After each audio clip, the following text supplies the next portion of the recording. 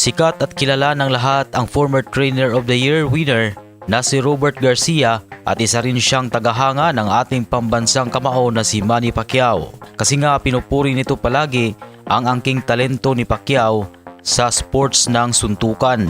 Pero sa kasalukuyan ay tila parang pangit ang naging reaksyon ni Garcia sa usaping magbabalik si Pacquiao sa pro boxing upang harapin ang kasalukuyang WBC welterweight world champion na si Mario Barrios sa July 19 sa Las Vegas, Nevada.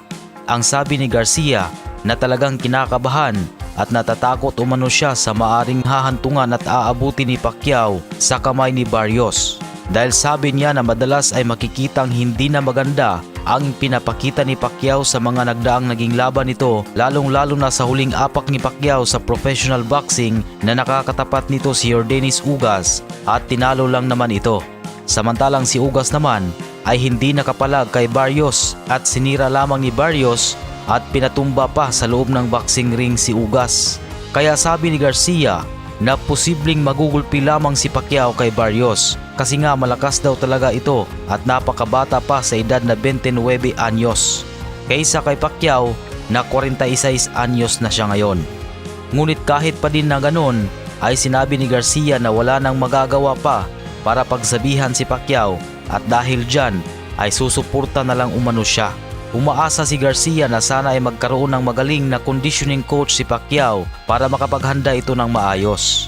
Kasi isang napakalaking hamon daw itong gagawin ni Pacquiao sa laban kontra kay Barrios. Samantala umaasa din si Garcia na makamit ni Pacquiao ang panalo at maging isang ganap na muling maging isang world champion.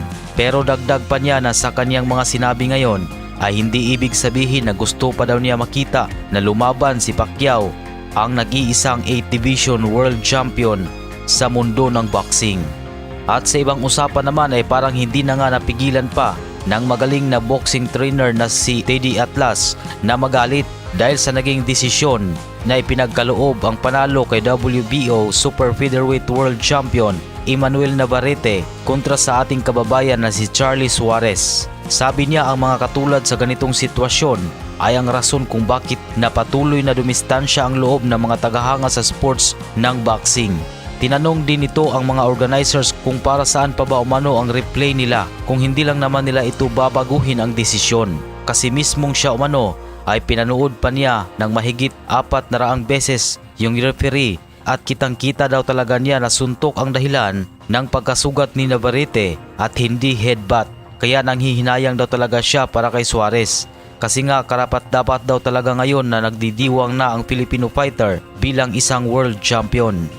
Ngunit dahil daw sa mga organizer na tanga at palpak ay harapang ninakawan si Suarez ng panalo, kampyonato at selebrasyon at sinira pa ang napakalinis nitong undefeated record.